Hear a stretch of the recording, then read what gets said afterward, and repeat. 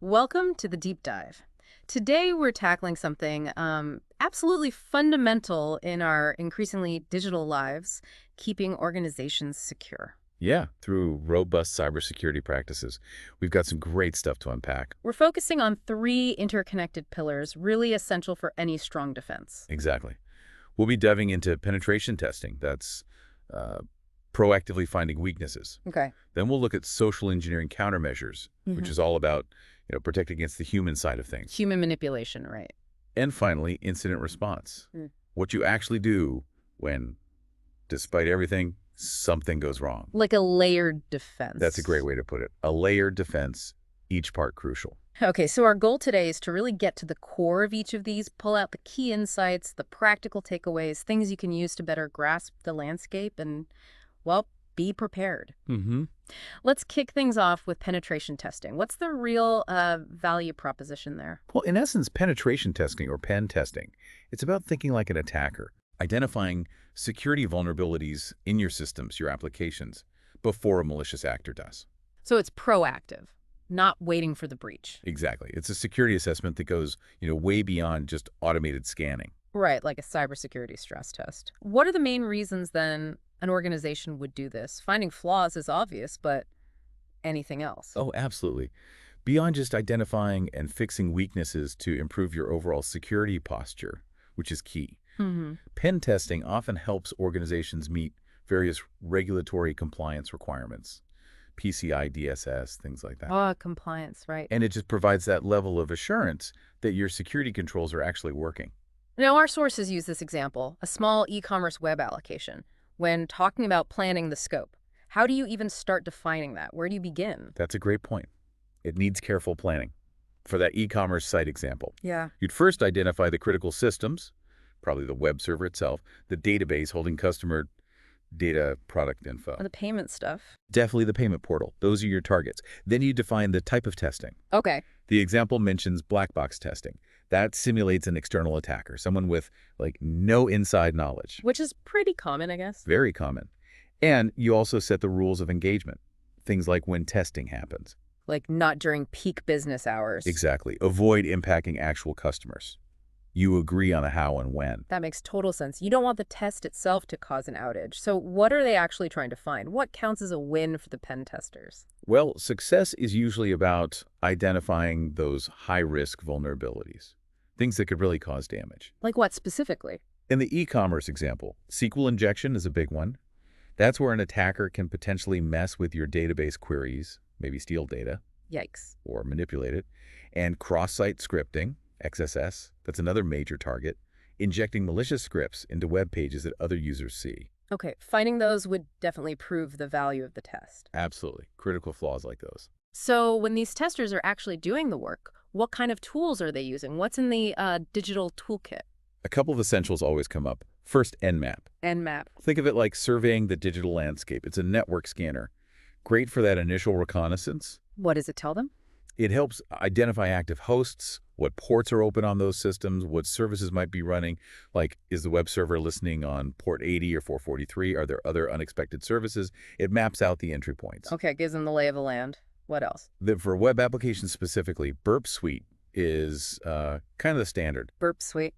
Heard of it? It's really comprehensive for web vulnerability scanning. It finds XSS, SQL injection, all sorts of web flaws. How does it work?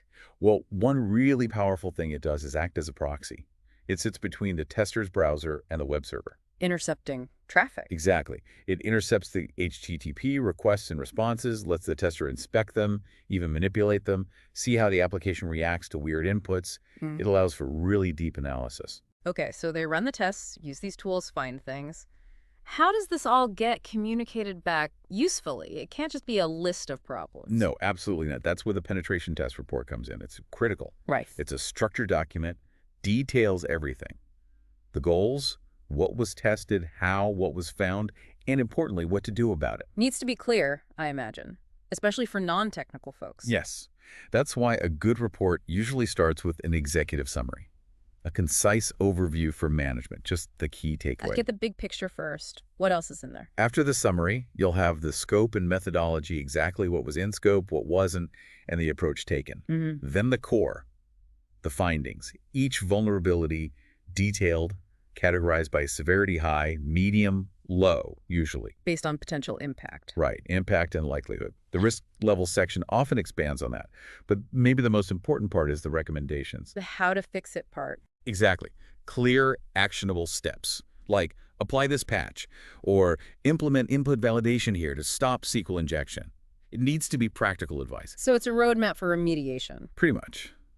And it usually wraps up with a conclusion, summarizing the overall posture and maybe suggesting next steps, like retesting after fixes. Okay, that makes sense. It connects the technical findings to business risk and action. Now, let's pivot a bit. Let's talk about a different vulnerability, the human element. Social engineering. Ah, yes. Exploiting psychology, not just code. What exactly are we talking about here? It sounds like trickery. At its heart, that's what it is.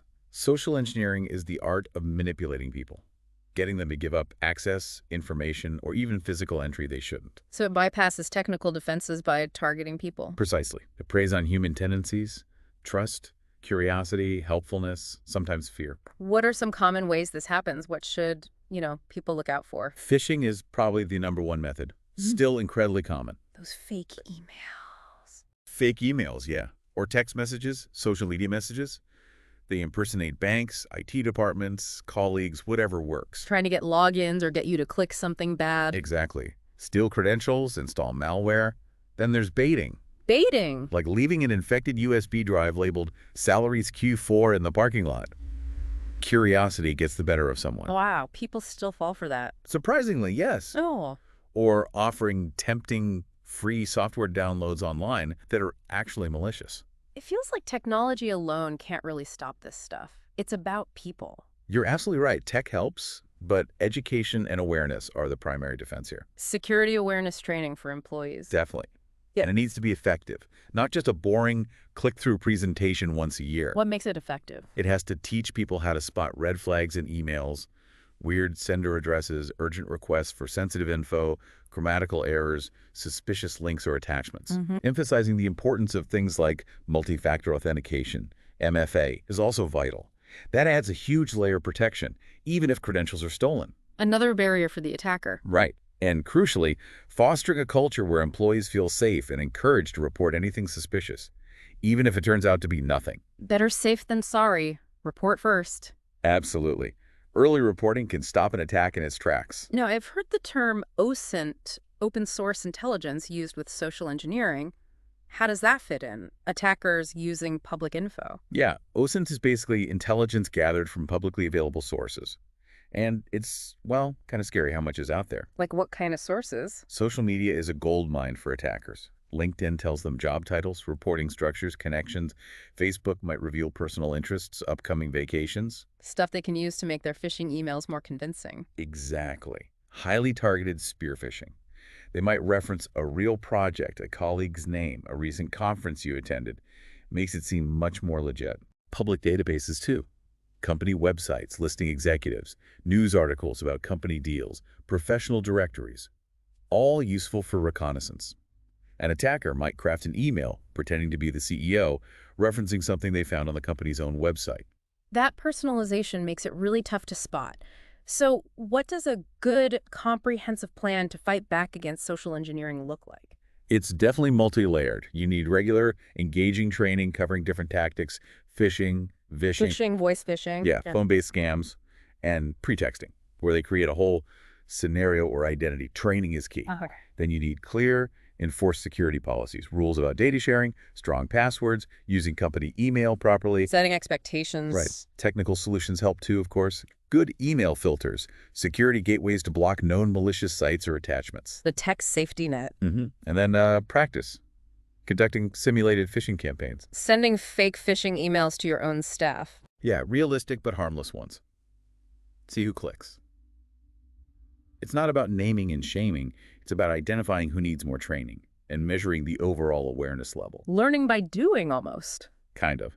And finally, having really clear, easy ways for employees to report suspected incidents.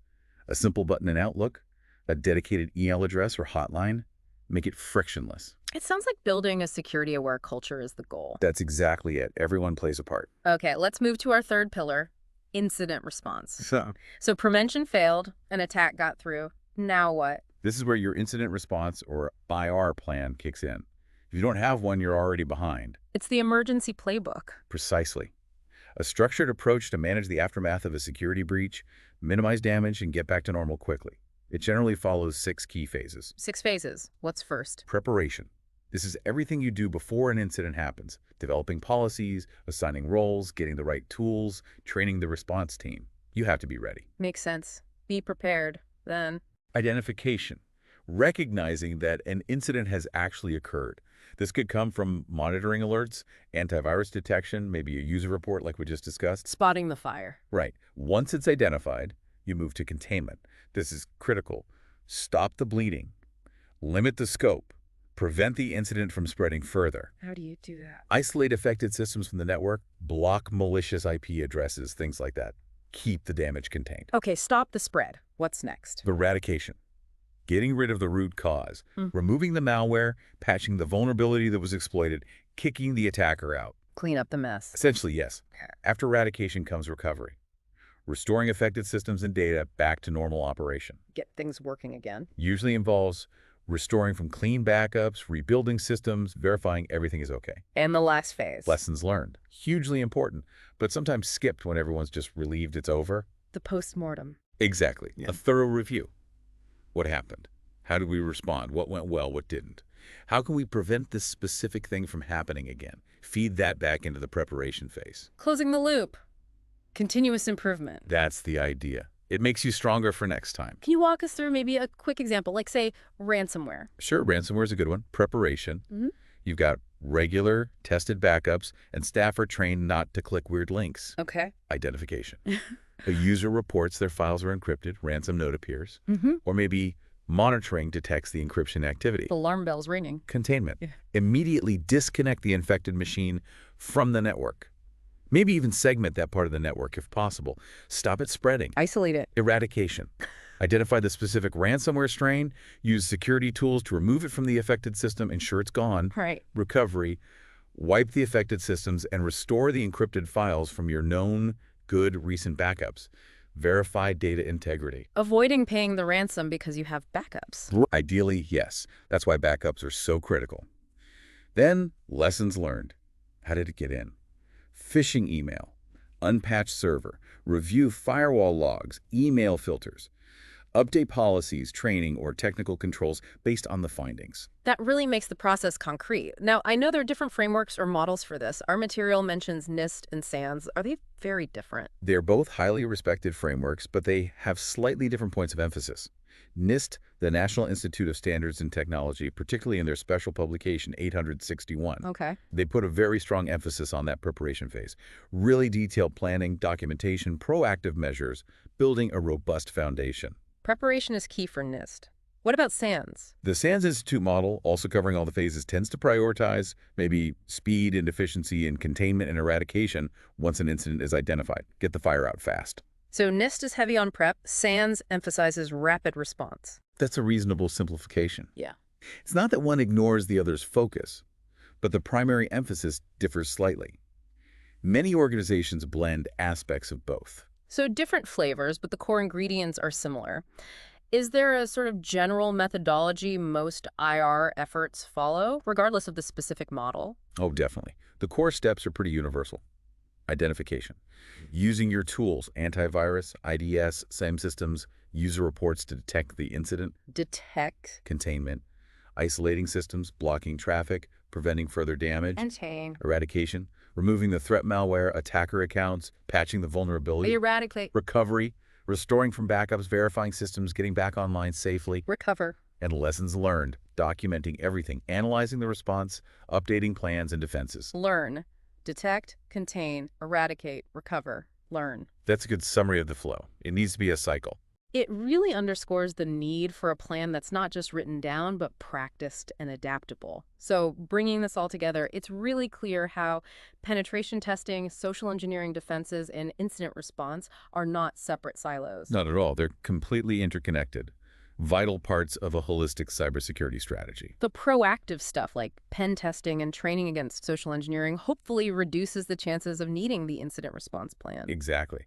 Good preventative measures reduce the likelihood and potential severity of incidents, Mm. but you still need that robust response capability for when prevention isn't enough. Because something will eventually get through, probably. In today's landscape, it's wise to assume it will. Being prepared to respond effectively minimizes the impact. In this whole field, Hmm. it's constantly changing, right? New threats, new attack methods. Constantly evolving, Mm. which means cybersecurity can't be a set-it-and-forget-it thing. It demands ongoing vigilance, continuous learning, adaptation, Regular assessments, updating training, refining that incident response plan. all crucial for staying secure in the long run. Okay, so as we wrap up this deep dive into these critical cybersecurity elements, here's maybe a final thought for you, the listener. We keep hearing that the human element is often the weakest link, or at least a significant vulnerability. So how can we both, as individuals inside companies and as the organizations themselves, really cultivate a continuous culture of security awareness, something that goes beyond just the formal training sessions and actually becomes part of how we operate day to day? How do we make vigilance truly ingrained? Yeah, something to think about. Thanks for joining us on the deep dive.